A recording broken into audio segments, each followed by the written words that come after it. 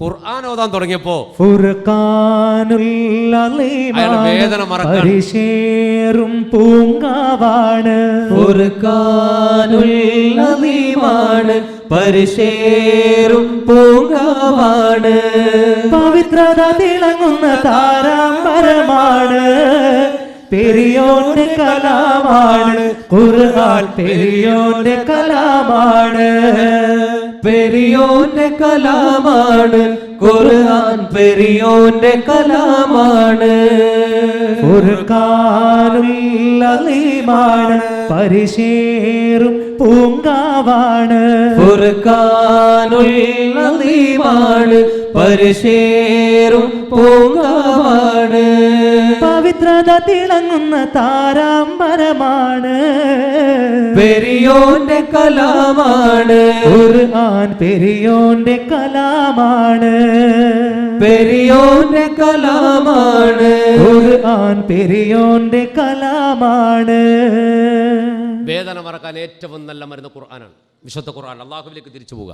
അള്ളാഹു ഖുർആനിൻ്റെ ആളായി ജീവിക്കാൻ നമുക്കൊക്കെ ഭാഗ്യം നൽകട്ടെ. ഈ മനുഷ്യ ഖുർആൻ ഓതാൻ തുടങ്ങി. ഖുർആൻ ഓതാൻ തുടങ്ങിയപ്പോൾ ഭൗതികമായ വേദനകളെ മറക്കുകയും ആത്മീയമായൊരു അനുഭൂതി മനസ്സിന് ലഭിക്കുകയും ചെയ്തു. പിന്നെ പണിയതാണ് ഖുർആനോത്താണ്. വിശുദ്ധ ഖുർആൻ അങ്ങനെ ഓതിക്കൊണ്ടിരിക്കും. അപ്പം നമ്മൾ ആ കൊട്ടാരത്തിലാണല്ലോ ആരുള്ളത്? നമ്മുടെ സുഹറ ഉള്ളത്. ഇയാൾക്ക് കല്യാണം പറഞ്ഞ പെൺകുട്ടി എവിടെയാണ് ഉള്ളത്? ഈ സുഹറയുടെ പിതാവ് ഒരു കാര്യം ചെയ്തിരുന്നു. കല്യാണം കഴിക്കാൻ വരുന്ന ഭർത്താവായ മഹ്മൂദ് അൽ ഖഫന്തി ഹാഫിദായതുകൊണ്ട് തൻ്റെ പെൺകുട്ടിയും കുറച്ച് ഖുർആൻ പഠിച്ചോട്ടെ. ഒരു കുഫുവൊക്കെ നല്ലതാണല്ലോ, ഭാര്യയും ഭർത്താവും രണ്ടാളും കൂടി കുറച്ച് വിദ്യാഭ്യാസമുള്ള ടീമാകുമ്പോൾ അതിനനുസരിച്ചുള്ള മാറ്റം മക്കളിലുണ്ടാവും. അപ്പോൾ രണ്ടാൾ ഖുർആനിൻ്റെ ആളായിക്കോട്ടെ എന്ന് വിചാരിച്ചിട്ട് ഒരു ഉസ്താദിനെ വെച്ചിട്ട് ഖുർആൻ പഠിപ്പിക്കുകയായിരുന്നു മകൾക്ക് ആ രാജാവ്. ഈ സംഭവങ്ങൾ ഇവിടെ നടക്കുമ്പോൾ, കളവും അലാക്കും നടക്കുമ്പോൾ ഉസ്താദ് ലീവ് എടുത്ത് നാട്ടിൽ പോയി. സത്യത്തിൽ നമ്മുടെ മക്കൾക്ക് ജനുവരി 26 നമ്മളെ റിപ്പബ്ലിക് ഡേ കുട്ടികൾക്ക് അതല്ല. കുട്ടികളെ സംബന്ധിച്ചിടത്തോളം ഒന്നുകിൽ പിന്നെ സ്കൂളിൽ ടീച്ചേഴ്സ് ഉണ്ടാകരുത്, അല്ലെങ്കിൽ മദ്രസയിൽ ഉസ്താദന്മാരുണ്ടായിരുന്നു. അന്നാണ് ഇവരുടെ റിപ്പബ്ലിക്. അന്ന് ഭയങ്കര മക്കൾക്ക് അതാണ്. കുട്ടികളെന്ന് പറഞ്ഞ അസാധ്യ സംഭവമാണ്. കുട്ടികളെ നിങ്ങൾക്ക് തിരിയായിട്ടാൽ ഇവിടെ എന്നായോണ്ടാ ഇവിടെ കുട്ടികൾ നാട്ടിൽ വന്ന് നോക്കണം എന്ത് ജാതി മക്കളാന്ന. അലാക്കിൻ്റെ ബെളുകാണ്. എൻ്റെ സ്കൂളിൻ്റെ അടുത്തൊരു വീടുണ്ട്, അതിൻ്റെ ക്രിസ്ത്യാനീൻ്റെ പോലെയാണ്. അതിൻ്റെ പേര് മാതാ വില്ല എന്നാണ്. മാതാ വില്ല. 4ാം ക്ലാസ്സിൽ പഠിക്കുന്ന ചെക്കൻ അതിൻ്റെ അടിയിൽ ചോക്കൊണ്ട് എഴുതി വെച്ച് പിതാവുണ്ടോ എന്ന്. നിങ്ങൾ എന്ത് ചോദിച്ചാൽ അലാക്കിൻ്റെ ബെളിൻ്റെ മാതാ വില്ല പിതാവുണ്ടോ എന്ന്. ഇതാണ് മക്കൾ. ഉസ്താദ് പറഞ്ഞു കൊടുത്തില്ലേ മക്കൾക്ക്? മക്കളെ ഖിയാമത്ത് അടയാളം ഭയങ്കര സംഭവമാണ്. മല അങ്ങോട്ട് തകരും, കടലങ്ങോട്ട് കത്തും, ആകാശം അങ്ങോട്ട് പൊളിയും, ഭൂമി അങ്ങോട്ട് വിറക്കും. അപ്പോൾ ചെക്കൻ മെല്ലെ ഉസ്താദ് അന്ന് മദർസ ഉണ്ടാവില്ലേ? ഓനെ മദർസ ഉണ്ടാകണ്ട അന്ന് ഖിയാമത്ത് നാളെ സംഭവിച്ചാൽ തിരക്കില്ല, മദർസ ഉണ്ടാകും. അങ്ങനത്തെ മക്കളുണ്ട് കേട്ടോ. അള്ളാഹു നമ്മുടെ മക്കൾക്കൊക്കെ നാഫിയായി ഇൽമു കൊടുക്കട്ടെ. നമ്മുടെ മക്കളെ അള്ളാഹു നമുക്ക് ഉപകാരമുള്ള മക്കളാക്കി തരട്ടെ. അപ്പോൾ ഈ പെണ്ണ് ഖുർആൻ പഠിച്ചുകൊണ്ടിരിക്കുമ്പോൾ ഉസ്താദ് നാട്ടിൽ പോയപ്പോൾ ഇവളിങ്ങനെ ഇറങ്ങി നടന്ന് ജയിലിൻ്റെ ഭാഗത്തെത്തുമ്പോൾ ജയിലിനകത്തുനിന്ന് മനോഹരമായ ഒരു ഖിറാഅത്ത്, രസകരമായ ഖുർആൻ. ഇതിങ്ങനെ കേട്ടപ്പോൾ ഇവളങ്ങ് നിന്നു. ആര്? സുഹറ. അവളാരാ? അവളാ കൊട്ടാരത്തിന്റെ അലങ്കാരണേ. കളിച്ചിരി മധുവഴകിൻ ചേലാ കളിക്കുട്ടി പ്രായവും പിറകിലായി. കളിച്ചിരി മധുവഴകിൻ ചേലായി കളിക്കുട്ടി പ്രായവും പിറകിലായി. മധുമലരെ പൂങ്കുരുന്നായി പാറി വളരും രാജതെരുവിൽ സീനത്തൊളിയും മലരായി. കളിച്ചിരി മധുവഴകിൻ ചേലായി കളിക്കുട്ടി പ്രായവും പിറകിലായി. കളിച്ചിരി മധുവഴകിൻ ചേലായി കളിക്കുട്ടി പ്രായവും പിറകിലായി. ഈ ജയിലിന് ഭാഗത്ത് വന്നിട്ട് ഇവളി ഖിറാഅത്ത് അങ്ങോട്ട് കേട്ടു. വളരെ മനോഹരമാണ് അയാളുടെ ഖിറാഅത്ത്. അതിങ്ങനെ കേട്ടിട്ട് ഇവളിങ്ങനെ നിന്ന് എന്ത് രസമാണത് കേൾക്കാൻ. എൻ്റെ മോ ഭയങ്കര റാഹത്താണ്. ഇതിങ്ങനെ കേട്ട് ഇവർക്ക് അതൊരു ശീലായി. 2-3 ദിവസം ഇതിങ്ങനെ ഇടക്കിടക്ക് വന്നിട്ട് ഇതിങ്ങനെ കേൾക്കും. ഇയാൾക്ക് വേറെ പണിയില്ല, ഇയാൾ ജയിലിലുള്ള ഇങ്ങനെ ഖുർആനോത്താണ്. പിന്നെ ഇവിടെ ചിന്തിച്ച് ഇയാളെ എനിക്ക് ഉസ്താദായിട്ട് കിട്ടിയാൽ നല്ല റാഹത്താവും, മറ്റാളത്ര പോരാ.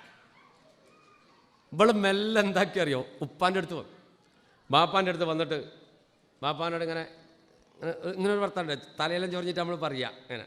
മുമ്പത്തെ 2 വീലറിൻ്റെ ചാവി ഇട്ടിട്ട് ഇങ്ങനെ ചെവിയിൽ കറക്കിയപ്പോൾ മറ്റൊരുത്തം കണ്ടിട്ട് പറഞ്ഞ് നല്ലോണം തിരിക്കണ്ടേ, സ്റ്റാർട്ടായാൽ പിന്നെ നീ ഓഫ് ആവില്ല.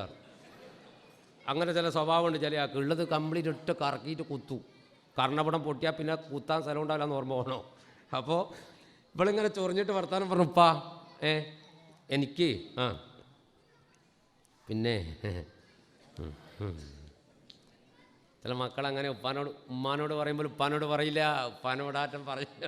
ഉപ്പ ഒരു സംഭവമല്ലേ, ഒരു സംഭവമാണ് ഉപ്പ. അതുകൊണ്ട് കൂടുതൽ കുട്ടികൾക്ക് ഏറ്റവും കൂടുതൽ അറ്റാച്ച്മെൻറ്റ് ഉണ്ടാകും ഉമ്മാനോട്. ഉമ്മാനോട് എന്തോ അവർ പറയും.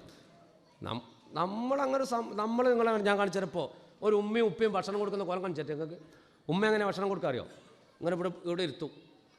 ഉമ്മമാർക്ക് റായത്തായിക്കോട്ടെ എന്തെങ്കിലും ഒരു ഗുണമുള്ള കാര്യം ഓരോന്നും പറ്റി പറഞ്ഞെന്ന് പറയുക. ഇങ്ങനെ ഇരുത്തിയിട്ട് ഒരു ഗ്ലാസ് ഹോർലിക്സോ പാലൊക്കെ കലക്കി വലിയ റൗണ്ട് നമ്മുടെ നാട്ടിലെ റൗണ്ട് ബിസ്ക്കറ്റ് ഉണ്ടല്ലോ അതങ്ങനെ കുത്തിയിട്ട് അങ്ങനെ കൊടുക്കുമ്പോൾ ഈ മക്കൾക്കൊരു കംപ്ലയിൻ്റ് ഉണ്ട്. ഈ CD പ്ലെയറിന് കംപ്ലയിൻ്റ് ആയിട്ട് ഡിസ്ക് പുറത്തേക്ക് വരുമ്പോൾ ഉള്ളോട്ട് കയറില്ല, പുറത്തേക്ക് തന്നെയാണ് വരുത്. അതൊക്കെ തട്ടാൽ ഒന്നല്ല. അപ്പോൾ ചില ഉമ്മ പറയും, മോനെ തിന്നടാ. അന്നേരം ഇപ്പം ഷർത്ത് വെക്കും, ഞാൻ തിന്നണമെങ്കിൽ ഉമ്മ എനിക്ക് അത് വാങ്ങിത്തരണം. അത് മോന് വാങ്ങിത്തരാം. ഏതെന്ന് പറഞ്ഞ ചെക്കനും അറിയില്ല, ഉമ്മക്കും അറിയില്ല. എന്നാലും ഉമ്മ സമ്മതിക്കും. എന്നാൽ നമ്മളെങ്കിലോ ഭാര്യ പറയുന്ന പാത്രത്തിൽ ചോറ് തന്നിട്ട് ഇത് കുട്ടിക്ക് നിങ്ങൾ കൊടുത്താട്ടെ, എനിക്ക് വേറെ പണിയുണ്ട്. നമ്മളെന്താക്കറിയോ, ഇതവിടെ കൊണ്ടേക്കൂടെ എൻ്റെ ടേബിളിൻ്റെ മേലെ, വാടാ വേണ്ടുപ്പ, വാടാ വേണ്ടുപ്പ, നിന്നെ ഞാനാ വിളിക്കുന്നത്, വാടാ വേണ്ടുപ്പ, ഇനി ഉണ്ടാക്കിയവനാ വിളിക്കുന്നത്, വാടാ. ആ കണക്ക് വരെ മക്കളോട് പറഞ്ഞു വാ. എന്നിട്ട് ഒറ്റ അടിയായിട്ട് കൊടുക്കും. ചെക്കൻ ചോറും തന്ന് ട്രൗസർ ഊരി കടന്നുറങ്ങുകയും ചെയ്യും. ഇതാണ് ഉപ്പ, ഇതാണ് നമ്മളാകുന്ന സംഭവം. ഒന്നൊരു ആത്മവിചിന്തനം നടത്തി നോക്ക്, നമ്മളങ്ങനെ ആവണോ? നമ്മളങ്ങനെ ആവരുത്. ഒട്ടകത്തിൻ്റെ പുറത്തെനിക്ക് കയറണം, ഒട്ടകത്തിൻ്റെ പുറത്തെനിക്ക് സഞ്ചരിക്കണം, ഒട്ടകപ്പുറത്തൊന്നിരിക്കണമെന്ന് 2 മക്കൾ ഒരിക്കൽ വാശിയോടെ വിളിച്ചു പറഞ്ഞു ഒരു ഉപ്പാപ്പയോട്. ഉപ്പാപ്പ വന്നിട്ട് വീട്ടിൻ്റെ മുറ്റത്ത് 2 മുട്ടുംകാല് കുത്തി 2 കയ്യങ്ങട്ട് കുത്തിയിട്ട് പറഞ്ഞു, മക്കളെ കയറിക്കോളൂ, നിങ്ങളുടെ ഒട്ടകം ഞാനാണ്, എൻ്റെ മുതുകിൽ കയറിക്കോളൂ. 2 മക്കളെ മുതുകിറ്റിരുത്തിയിട്ട് മുട്ടുംകാല് കുത്തിയിട്ട് 2 കയ്യും കുത്തി നടന്നു പോയൊരു ഉപ്പാപ്പയുണ്ട് ചരിത്രത്തിൽ. അതാരാന്നറിയോ? പരിശുദ്ധ റസൂൽ മുഹമ്മദ് മുസ്തഫ സല്ലല്ലാഹു അലൈഹി വസല്ലം. ഹസൻ ഹുസൈനുമാർ റളിയല്ലാഹു അൻഹുമാ 2 മക്കൾ. മക്കളുടെ കൂടെ കളിക്കാൻ നമ്മൾ സമയം കണ്ടെത്തണം, മക്കളുടെ കൂടെ ചിരിക്കാൻ നമ്മൾ സമയം കണ്ടെത്തണം, മക്കളുടെ കൂടെ മക്കളെ ഒന്ന് ഓമനിച്ച് വളർത്താനും നമ്മൾ സമയം കണ്ടെത്തണം. ഇല്ലെങ്കിൽ മക്കൾക്ക് ആ കലാക്കായി പോവും. ചില ഉപ്പിയായിട്ട് മക്കൾക്ക് ബന്ധം തന്നെ ഇല്ലാത്ത കുറേ. നിങ്ങളല്ലേ പറഞ്ഞിട്ടോ, ഞാൻ പറയുന്നൊന്നും നിങ്ങളല്ലേ.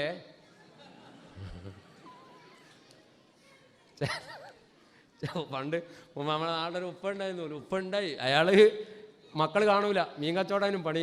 രാത്രി മക്കൾ ഉറങ്ങിയിട്ട് ഇയാൾ വരും, രാവിലെ മക്കൾ എഴുതേക്കുന്നു, ഇയാൾ പോകും. അപ്പം ഉമ്മ അങ്ങനെ പറഞ്ഞു കൊടുത്ത്, എനിക്കൊരു ഉപ്പുണ്ട് മോനെ, അബൂക്കർ എന്നാ പേര് എന്ന് പറഞ്ഞു കൊടുത്തു. കണ്ടിട്ടില്ല, ചക്ക കണ്ടിട്ടില്ല. കുറേ കാലം കഴിഞ്ഞപ്പോൾ നമ്മളെ നാടാന്നല്ല, ഇടക്കിടക്ക് ഹർത്താലും ബന്ധം ഉണ്ടാവുമല്ല. ബന്ധിൻ്റെ അന്ന് ഇയാൾക്ക് പണിയില്ല, ഇയാൾ മുറ്റത്ത് ഇങ്ങനെ ഇരിക്കുന്നു. ചക്ക അങ്ങനെ കണ്ണൊക്കെ തിരുമ്പിയിട്ട് ഒന്ന് നോക്കുമ്പോൾ ഒരു സാധനം അങ്ങനെ ഇരിക്കുന്നു. ചക്ക ഓടി ഉമ്മാനോട്, ചുമ്മാ നിങ്ങൾ സ്ഥിരം പറഞ്ഞുകൊണ്ടിരിക്കുന്ന മിസ്റ്റർ അബൂബക്കറാണോ ഇരിക്കുന്നത്?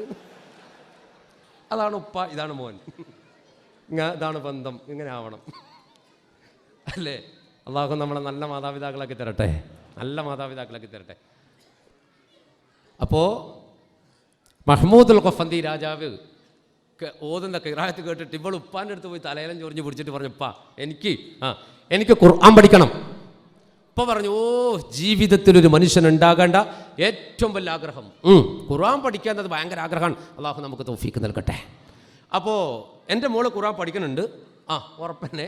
ഞാൻ ഉസ്താദിനോട് ചോദിക്കാറുണ്ട്, ഉസ്താദ് പറയാറുണ്ട് നീ നന്നായിട്ട് പഠിക്കുന്നുണ്ട് എന്നൊക്കെ പറയാറുണ്ടെന്നാണ്. അപ്പോൾ അവൾ പറഞ്ഞു, അതല്ലപ്പ, ആ ഉസ്താദ് അത്ര പോരാ, ഞാൻ വേറൊരു ഉസ്താദിനെ കണ്ടിട്ടുണ്ട്. അതാരാ? അത് പറഞ്ഞാലപ്പം കുഴപ്പം, ആ ജയിലിനകത്ത് കിടക്കുന്ന കള്ളൻ. ഇത് പറഞ്ഞ ഉപ്പൻ ഞെട്ടി. എടി എന്ത് ഉസ്താദിനെ കള്ളനെ ഉസ്താദാക്കാനോ? കള്ളനെ ഉസ്താദാക്കിയിട്ട് ഉസ്താദ് കക്കാൻ പഠിപ്പിച്ചിട്ട് ഉസ്താദ് ശിഷ്യത്തെയും കൂടി മൊത്തം കാക്കേണ്ട പരിപാടിയാ? നടക്കൂല. നിന്റെ ഉസ്താദ് നാട്ടിൽ പോയതല്ലേ, അയാൾ തിരിച്ചു വരും. അയാൾ മതി. അല്ലപ്പോൾ അയാൾ നല്ല കിറാത്ത്, ഇയാളൊക്കെ നല്ല അയാളാ. എടി അയാൾ തിരിച്ചു വരും. ഇനിയിപ്പോൾ അയാൾ തിരിച്ചു വന്നിട്ടില്ലെങ്കിൽ അന്നപ്പം നമുക്ക് നോക്കട്ടാ, ഇപ്പം പറഞ്ഞു. അപ്പോൾ ഇവൾ ചിന്തിച്ച്, തിരിച്ചു വന്നിട്ടില്ലെങ്കിൽ നോക്കുക. അപ്പം അയാൾ തിരിച്ചു വരാൻ പാടില്ല, അയാൾക്ക് പാര വെക്കണം. ആ ഉസ്താദിന് പാര വെക്കണം. ഇടക്കിടക്ക് നമ്മൾ വെച്ചുകൊണ്ടിരിക്കുന്ന പാര ഒളറ്റിയെ വെച്ചിട്ടുള്ളൂ എന്നതിൻ്റെ അർത്ഥം. പാര വെക്കാൻ തീരുമാനിച്ചു. ഇവളൊരു കത്തെഴുതി. കത്ത് ആർക്കാ? പാപ ഉസ്താദിന്. കത്തെല്ലാം എഴുതിയിട്ട് ശരിക്കും ചുരുട്ടി മടക്കിയിട്ട് ഒരു രാജഭടനെ വിളിച്ചിട്ട് അങ്ങോട്ട് ഈ കത്ത് എൻ്റെ ഖുർആൻ പഠിപ്പിക്കുന്ന ഉസ്താദിൻ്റെ നാട്ടിൽ കൊണ്ടു കൊടുക്കാൻ പറഞ്ഞു. അവൻ ചോദിച്ചു, എന്താ കത്തിലെന്താ വിവരമെന്ന് നിന്നോട് പറഞ്ഞാൽ പിന്നെ കത്തെഴുതേണ്ട ആവശ്യമുണ്ടാ പോട്ടാ. കത്തെങ്ങാൻ നീ തുറന്നു നോക്കി എൻ്റെ കണ്ണി ഞാൻ കുത്തിപ്പൊട്ടിക്ക് പറഞ്ഞു. ഇവൻ പറഞ്ഞു കണ്ണാടെന്നോട്ട് പാവം കണ്ണാ പറഞ്ഞു. ഇവ കത്തുമായിട്ട് പോയി ഉസ്താദിൻ്റെ നാട്ടിൽ പോയി. ഉസ്താദിൻ്റെ നാട്ടിൽ പോയി അന്വേഷിച്ച് കണ്ടുപിടിച്ച് ഉസ്താദിൻ്റെ ഡോറിന് തട്ടി. ഉസ്താദും ഭാര്യയും മക്കളും ഒന്നിച്ചിരുന്ന് ഭക്ഷണം കഴിക്കണം. ആ ഭാര്യ പറഞ്ഞു ആരോ തട്ടണമെന്ന് പറഞ്ഞു. മൂപ്പര് വേഗം എഴുന്നേറ്റ് കയ്യഴുകി വാതിൽ തുറന്നു. അസ്സലാമു അലൈക്കും. വലൈക്കും സലാം. ഇതൊരു കത്തോ? ആ സുഹറ തന്നതാണ്. ഓ ഞാൻ 2 ദിവസം ലേറ്റായി പോയി.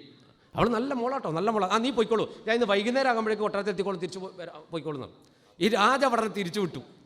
ഇയാൾ ഈ കത്തിങ്ങനെ പൊക്കിയിട്ട് ഭാര്യയോട് പറഞ്ഞു, കണ്ടില്ലടി മക്കളായ എങ്ങനെ ആവണം. എങ്ങനെ? 2 ദിവസം ലൈറ്റായി നോക്കുമ്പോൾ പഠിക്കാനുള്ള താല്പര്യം കൊണ്ട് കത്തയച്ച പെണ്ണുങ്ങളെ വായിക്കുകയാണ്. അയാൾ കത്ത് പൊട്ടിച്ച് ഇങ്ങനെ വായിക്കാൻ തുടങ്ങി. ആദ്യം ഉസ്താദ് ചിരിച്ചോണ്ട് വായിച്ച് അവസാനത്തെ പുസ്തകം നെഞ്ചത്തൊരടി. എൻ്റെ ഉമ്മോ എഴുതിയിടട്ടെ കത്ത് ബിസ്മിയാലെ ഉസ്താദ് അറിഞ്ഞിടാനായി പറഞ്ഞിടാം ഞാനേ. എഴുതിയിടട്ടെ കത്ത് ബിസ്മിയാലെ ഉസ്താദ് അറിഞ്ഞിടാനായി പറഞ്ഞിടാം ഞാനേ. സുഖമാണെന്നറിഞ്ഞു സന്തോഷിക്കട്ടെ, സൗഖ്യം ഞങ്ങളിലില്ല അറിയിക്കട്ടെ. സുഖമാണെന്നറിഞ്ഞു സന്തോഷിക്കട്ടെ, സൗഖ്യം ഞങ്ങളിലില്ല അറിയിക്കട്ടെ. എഴുതിയിടട്ടെ കത്ത് ബിസ്മിയാലെ ഉസ്താദ് അറിഞ്ഞിടാനായി പറഞ്ഞിടാം ഞാനേ. എഴുതിയിടട്ടെ കത്ത് ബിസ്മിയാലെ ഉസ്താദ് അറിഞ്ഞിടാനായി പറഞ്ഞിടാം ഞാനേ. കള്ളൻ വന്നു നാട്ടില് കയറി കൊട്ടാരത്തില് കൊണ്ടുപോയെന്നാഭരണം കല്യാണ പുടവകളും. കള്ളൻ വന്നു നാട്ടില് കയറി കൊട്ടാരത്തില് കൊണ്ടുപോയെന്നാഭരണം കല്യാണ പുടവകളും. ഉസ്താദിനെയാണ് സംശയമെല്ലാവർക്കും, ഇനി ഇങ്ങ് വന്നിടല്ലേ നിങ്ങൾ മാറിക്കഴിഞ്ഞിടണേ. എഴുതിയിടട്ടെ കത്ത് ബിസ്മിയാലെ ഉസ്താദ് അറിഞ്ഞിടാനായി പറഞ്ഞിടാം ഞാനേ.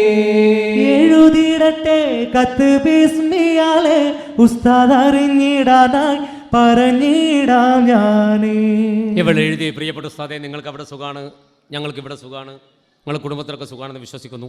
പക്ഷെ ഇവിടെ ഒരു പ്രശ്നമുണ്ട്. ഉസ്താദ് നാട്ടിൽ പോകുമ്പോഴാണല്ലോ ഇവിടെ ഒരു കള്ളൻ കയറിയത്.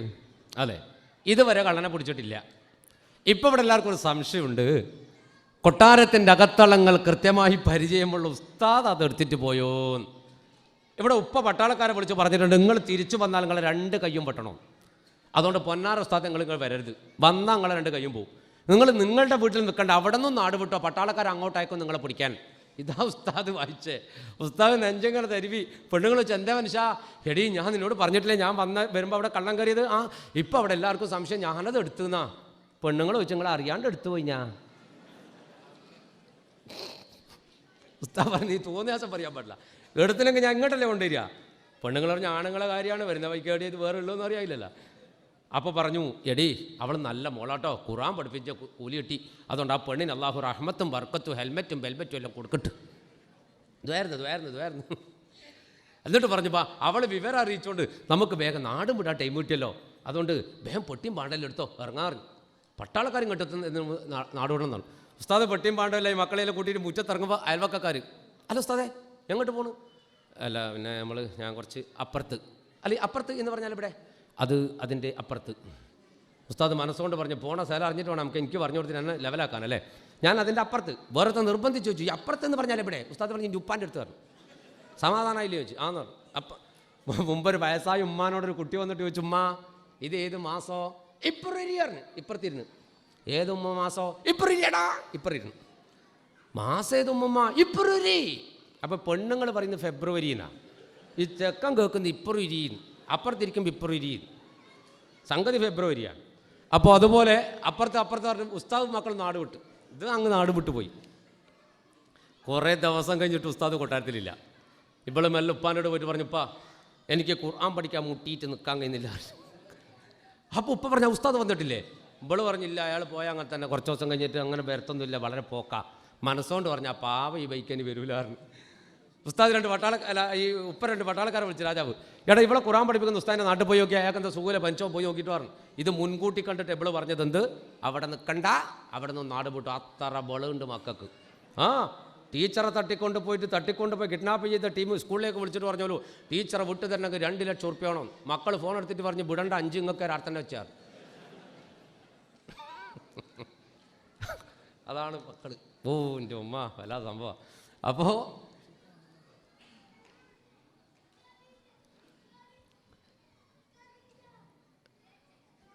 അവിടെ പ്രകടനം തുടങ്ങിയ സാറിൽ അതുണ്ടാവും, കുട്ടികളല്ലേ. ഈ പെണ്ണ് ബാപ്പ പട്ടാളക്കാരെ പറഞ്ഞയക്കുന്ന നോക്കി നിന്ന് മനസ്സുകൊണ്ട് പറഞ്ഞ് അവിടെ പോയിട്ട് കാര്യമുണ്ടാവില്ല. അവരന്വേഷിച്ച് അവിടെ എത്തി. അയൽവകാസികൾ പറഞ്ഞു, ഉസ്താദ് നാട് വിട്ടിട്ട് കുറേ ദിവസമായി. പോകുമ്പോൾ ചോദിച്ചപ്പോൾ എവിടെയാണെന്നറിയില്ല, പോയിട്ടുണ്ട് പറഞ്ഞു. അവർ തിരിച്ചു വന്നിട്ട് പറഞ്ഞു, രാജാവേ ആ ഉസ്താദ് നാട് വിട്ട് മൂപ്പർ അവിടെ ഇല്ല പറഞ്ഞു. ഇനിയിപ്പോൾ എന്ത് ചെയ്യൂ? അപ്പോൾ ഇവള് പറഞ്ഞു, ഉപ്പാ കള്ളൻ ഉസ്താദ്. അപ്പോൾ വാപ്പ പറഞ്ഞു, ശരി നോക്കട്ടെ. എല്ലാവരും വിളിച്ചു കൂട്ടി മന്ത്രിമാരോട് പറഞ്ഞു, എടാ എൻ്റെ കുട്ടിയെ ഖുർആൻ പഠിപ്പിക്കുന്ന ഉസ്താദ് നാട് വിട്ട്. മൂപ്പര് എന്തിനാ പോയെന്ന് എനിക്കറിയില്ല, പക്ഷെ എന്നാലും ഇവൾക്ക് ഖുർആൻ പഠിക്കണമല്ലോ. എന്താ മാർഗം? ഇവള് പറയണത് ആ ജയിലിനകത്ത് കിടക്കുന്ന കള്ളൻ നല്ല കിറായത്താണെന്നാണ്. എന്താ നിങ്ങളെ ലക്ഷ്യം ഇതെന്ന് വെച്ചു. അപ്പോൾ പ്രധാനമന്ത്രി പറഞ്ഞു, രാജാവെ സത്യമാണ് നിങ്ങളെ കുട്ടി പറഞ്ഞത്. യാദൃശ്ചികമായിട്ട് 1-2 തവണ ജയിൽ ഭാഗത്ത് കൂടെ ഞാൻ പോകുമ്പോൾ അയാളുടെ കിറായത്ത് കേട്ടിട്ടുണ്ട്. വളരെ മനോഹരമാണ്. നിന്ന് കേട്ടുപോകും, അത് അവിടെ നിന്നിങ്ങനെ കേട്ടുപോകും. അതുകൊണ്ട് ഖുർആൻ പഠിക്കാനല്ലേ സമ്മതിച്ചാറ്. അപ്പോൾ ആ മന്ത്രിയോട് പറഞ്ഞു, നീ പോയിട്ട് എൻ്റെ മകളെ ഖുർആൻ പഠിപ്പിക്കാൻ അയാളോട് പറയാറ്. മന്ത്രി പോയി, ഹലോ കള്ളാ, നീ ആൾ ഭാഗ്യവാനായ കള്ളനാണ്. എടാ നീ മുസായിഫ് കട്ടിറ്റാ മൊത്തം പഠിച്ചേ? പറഞ്ഞങ്ങനെ നോക്കി, എന്തേ വെച്ച് നിന്നെ രാജകുമാരിക്ക് ഖുർആൻ പഠിപ്പിക്കേണ്ട ഉസ്താദായി തിരഞ്ഞെടുത്തു എന്ന് പറഞ്ഞു. ഇയാൾ പറഞ്ഞു, എന്നെ? ഞാൻ ഒരു കള്ളന് ഖുർആൻ പഠിപ്പിക്കൽ നടക്കൂല. അല്ലടാ നീ പഠിപ്പിക്കും. നടക്കൂല മോനെ, കള്ളൻ ഖുർആൻ പഠിപ്പിച്ചാൽ ശരിയാവൂല. അപ്പം ഇയാൾ പറഞ്ഞു, നീ ഖുർആൻ പഠിപ്പിച്ച രാജാവിന് നിന്നോട് ദയ തോന്നിയിട്ട് ചിലപ്പോൾ നിന്നെ തിരിച്ചുവിട്ടാൽ എനിക്ക് നാട്ടിൽ പോയിക്കൂടെ വെച്ചു. നാട്ടിൽ പോയിക്കൂടെ എന്ന് ചോദിച്ചപ്പോൾ ഇയാൾ ചിന്ത വന്ന്, ശരിയാണ്. അപ്പറഞ്ഞൊരു കാര്യമുണ്ട്. എന്താ? മഹ്മൂദ് അൽ ഗഫന്ദിയാണ് എന്ന് പറഞ്ഞിട്ട് ഞാൻ രക്ഷപ്പെടാൻ ആഗ്രഹിക്കണില്ല. പിന്നെ ഖുർആനാണ് എന്നെ ജയിലിലെത്തിച്ചത്. അതേ ഖുർആനല്ല ജയിലിൽ നിന്ന് പുറത്തു കൊണ്ടുണ്ടെങ്കിലോ? അങ്ങനെ ഉണ്ടല്ലോ, ഖുർആൻ അങ്ങനെ ഒരു അമാനുഷിക കഴിവുണ്ട്.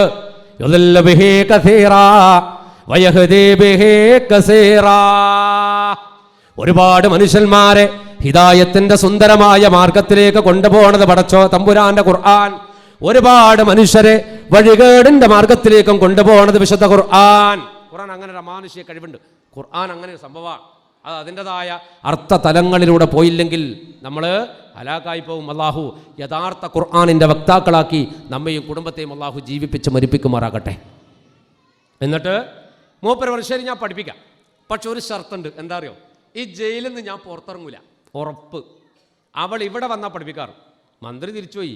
പെണ്ണിനോട് പറഞ്ഞിട്ട്, സൂറാ എൻ്റെ ഉസ്താദ് ഭയങ്കര സംഭവമാണെന്നാണ് തോന്നുന്നത്, ജയിലിൽ നിന്ന് മൂപ്പര് പുറത്തിറങ്ങൂല, നീ ജയിലിൽ പോയാൽ ഖുർആൻ പഠിപ്പിക്കൂ എന്ന് പറഞ്ഞിട്ടുണ്ടായിരുന്നു.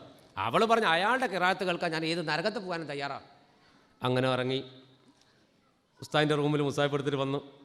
മൂപ്പര് പറഞ്ഞു, അവിടെ ഇരിക്കുക പറഞ്ഞിരുന്നു. മോളെത്ര വരെ പഠിച്ചിട്ടുണ്ട്? പഠിച്ചോക്കാണ്ട് പറഞ്ഞു കൊടുത്തു. നന്നായിട്ട് ഇവൾ പഠിച്ചിട്ടുണ്ട്. അപ്പോൾ പറഞ്ഞു, നമുക്കൊരു കാര്യം ചെയ്യാം. എന്തേ? നമുക്ക് ആദ്യം മുതൽ ഒന്നുകൂടി തുടങ്ങാം. വേറെ പണിയില്ലല്ലോ, അതുകൊണ്ട് ആദ്യം മുതൽ തുടങ്ങാറ്. ആയിക്കോട്ടെ എന്ന് പറഞ്ഞു. എന്നിട്ട് പറഞ്ഞു, ഞാൻ കണ്ണ് പൂട്ടിയിട്ടാണ്ട് ഓതും, നീ കണ്ണ് തുറന്ന് നോക്കണം. പറഞ്ഞു. അങ്ങനെ ഇയാൾ എന്ത് ചെയ്തു? അൽബക്കറ മുതൽ ഇങ്ങോട്ട് തുടങ്ങി. കണ്ണ് പൂട്ടി മൂപ്പര് ഓതും, ഇവൾ കണ്ണ് തുറന്ന് നോക്കും. മുസാഫല്ല, ഇയാളെ നോക്കും. ഇയാളിടക്ക് നോക്കുമ്പോട്ട് ഇവളിങ്ങനെ നോക്കുന്നു. ഇയാൾ പറഞ്ഞു, എന്നെ എല്ലടി സുഖറ ഖുർആൻ നോക്ക്, ഖുർആൻ തുറന്നൊന്ന് നോക്ക് പെണ്ണേ, അതാ നിനക്ക് ഫർദാണതു നീ പഠിക്കലേ.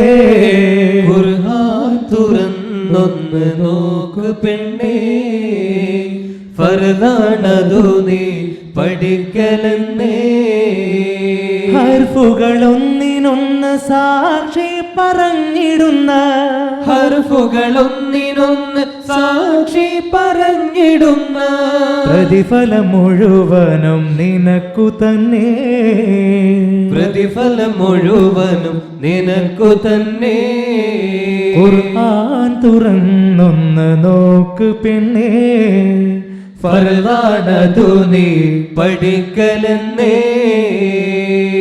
അങ്ങനെ മൂപ്പര് ഖുർആൻ പഠിപ്പിക്കുന്നു, ആ പെണ്ണ് ഖുർആൻ പഠിക്കുന്നു. ദിവസങ്ങൾ കുറച്ച് കഴിഞ്ഞു. വളരെ മനോഹരമായി അയാൾ ഖുർആൻ അവതരിപ്പിക്കുന്നു. അതവളെ കേട്ട് പഠിക്കുന്നു. അങ്ങനെ ഒരു ദിവസം സൂറത്ത് ആലി ഇമ്രാൻ എന്ന സൂറത്തെത്താണ്. സൂറത്ത് ആലി ഇമ്രാനിലേക്ക് കടന്നപ്പോൾ തന്നെ മഹ്മൂദുൽ ഖഫന്തിയുടെ ശാരീരിക പ്രയോഗങ്ങളാകെ മാറിയിട്ടുണ്ട്. യഥാർത്ഥത്തിൽ അതുവരെയുള്ള ഒരു ശാന്തതയല്ല അയാളുടെ ശരീരത്തിന് അള്ളാഹു നൽകിയത്. ഒരു വിറയൽ മൊത്തം അനുഭവിക്കാൻ തുടങ്ങി. ഓരോരായത്തും കടന്ന് 25 ആയത്തുകൾ ഓതിയപ്പോൾ മൂപ്പര് ഒരു ദീർഘനിശ്വാസം എടുത്തിട്ട് അവിടെ ഇരുന്നു. 26ാമത്തെ ആയത്താണല്ലോ അയാളുടെ ടേണിംഗ് പോയിന്റ്. അയാളുടെ ജീവിതത്തിലെ ടേണിംഗ് പോയിന്റ് അവിടെയാണ്. അയാൾ ഖുലില്ലാഹുമ്മ പറയലോടെ ഒരലർച്ചയോടെ വീണുപോയി ആ മനുഷ്യൻ. അവൾ ചാടി എഴുന്നേറ്റു. പെട്ടെന്നായി ബോധം നശിച്ചവരും ചീറി കണ്ടു ഇത് രാജകുമാരി നീറി കുല്ലും വ്യഥയാലെ വീളിച്ചവളും വീതി. നയനങ്ങളടഞ്ഞന്നേ ജസദാകെ വിറയ്ക്കുന്നേ. നയനങ്ങളടഞ്ഞന്നേ ജസദാകെ വിറയ്ക്കുന്നേ. മെല്ലെ മെല്ലെ കൺപീലി പൊന്തിരാജനം ചൊല്ലി. മെല്ലെ മെല്ലെ കൺപീലി പൊന്തിരാജനും ചൊല്ലി. ഞെട്ടി മലിക്കപ്പോൾ ഹൃത്തിൽ ഖൗഫേറി പെട്ടെന്നായി ബോധം നശിച്ചവരും ചീറി. ആ ആയത്തോതലോടെ അയാൾ ബോധമില്ലാണ്ട് വീണു. ഇവള് ചാടി എന്നിട്ട് വിളിച്ചു, ഉസ്താദേ ഉസ്താദേ ഉസ്താദേ. ഉസ്താദ് അനങ്ങണില്ല. ഇവള് ഇറങ്ങി പുറത്തേക്കൂടി. ഒരു മൺപാത്രത്തിൽ കുറച്ച് തണുത്ത വെള്ളമായിട്ട് ഇവൾ തിരിച്ചു വന്നു ഉസ്താദിനെ ഒന്ന് റെഡിയാക്കി എടുക്കാൻ. ഇവൾ ഓടുന്നതും വെള്ളം എടുത്ത് തിരിച്ചു വരുന്നതൊക്കെ ഇവളുടെ വാപ്പ കണ്ടു. ഇവളെ വാപ്പ അങ്ങനെ ചിന്തിച്ചു, കള്ളന് വെള്ളം ആവശ്യമുണ്ടെങ്കിൽ കൊണ്ടു കൊടുക്കാൻ പട്ടാളക്കാരില്ലേ? രാജകുമാരി ഖുർആൻ പഠിക്കാൻ പോയാൽ ഇവളെന്തിനാ അപ്പണി എടുക്കണത്? ഇയാൾ ബാക്കിൽ തന്നെ പോയി. ഇവള് വീണ് കിടക്കുന്ന ഉസ്താദിൻ്റെ അടുക്കൽ പാത്രം വെള്ളം ആയിട്ട് എത്തുമ്പോൾ ബാക്കിൽ നിന്ന് ബാപ്പ വിളിച്ചു, സുഹ്റ. ഞെട്ടിപ്പോയി ഇവളെ കയ്യിൽ നിന്ന് പാത്രം താഴേക്ക് വിടും. രാജാ പറഞ്ഞു, ഇങ്ങോട്ട് പാടി, കള്ളന് വെള്ളം കൊടുക്കാൻ പട്ടാളക്കാരില്ലേ, നീ എന്തിനാ ആ പണി എടുക്കണത്? അവിടെ പറഞ്ഞു, ഉപ്പ ഓതിക്കൊണ്ടിരിക്കുമ്പോൾ ഉസ്താദ് വീണ് പോയി. എന്നിട്ട് ഞാൻ കുറച്ച് വെള്ളം കൊണ്ടുവന്ന് റെഡിയാക്കാൻ. എന്നിട്ട് നിങ്ങളെ ഹലാക്കിൻ്റെ സൗണ്ട് അത് വീണ് പൊളിഞ്ഞു പോയി. പിന്നെ ഉപ്പ ഒന്നും വേണ്ടിയിൽ ഉപ്പ അങ്ങ് പോയി. ഉപ്പ അങ്ങ് പോയപ്പോൾ ഇവൾ ഇങ്ങേക്ക് വന്നു ഉസ്താദിൻ്റെ അടുത്തേക്ക്. ഉസ്താദിൻ്റെ അടുക്കൽ വരുമ്പോൾ എന്താ കാര്യം? ഉസ്താദ് സത്യത്തിൽ ബോധം ഈ വെള്ളം അവളെ നീയത്തന്ന വെള്ളം ഇയാളുടെ ശരീരത്തിൽ ഒഴിച്ചിട്ട് ഇയാൾ എണിപ്പിക്കലാണ്. സത്യത്തിൽ അത് സംഭവിച്ചു. വെള്ളം പൊട്ടി ഇയാളുടെ ശരീരത്തിൽ വീണു. നീയത്ത് പോലെ ആ പ്രവർത്തനം എന്ന് പറഞ്ഞു. പണ്ടത്തെ നായി തൊട്ട കാലം കൊണ്ട് പള്ളി നിസ്കരിക്കാൻ പോയി.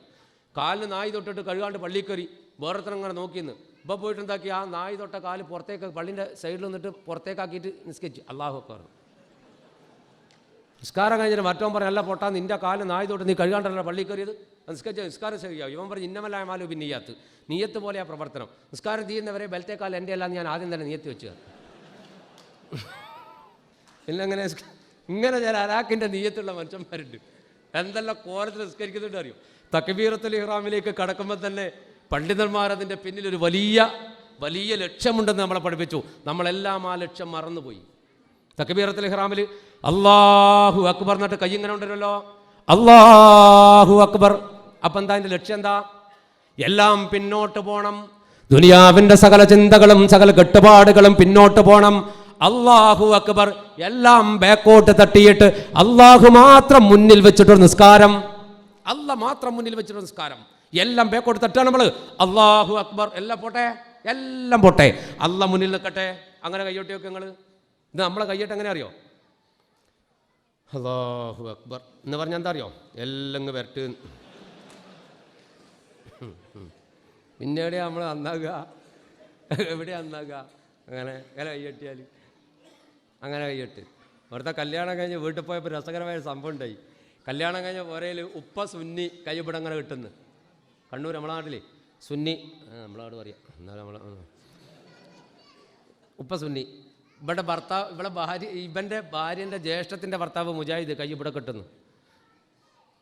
ഇവിടെ ആങ്ങളുണ്ടല്ലോ, അളിയൻ കാക്ക, അളിയൻ സഹോദരൻ, അവൻ ജമാഅത്ത് കൈ ഇവിടെ കെട്ടുന്നു. അപ്പോൾ ഇവിടെ 3 സ്ഥലത്തും ആൾ കയ്യട്ടി, ഇവന് കയ്യട്ടാൻ സ്ഥലമില്ല. ഇവന് കയ്യും കൊണ്ട് കുടുങ്ങി. ഞാൻ റബ്ബ ഇതേടി അല്ല കെട്ടുക, പള്ളി അടുത്തൂല, പോരെ നിസ്കരിക്കാൻ പോകണം. 3 ആൾ ഇവനങ്ങനെ നോക്കുന്നുണ്ട്, പുതിയാപ്പിള ഏത് ഗ്രൂപ്പിലാണത്. ഇവനാകെ കുടുങ്ങിയിട്ടാണുള്ളത്.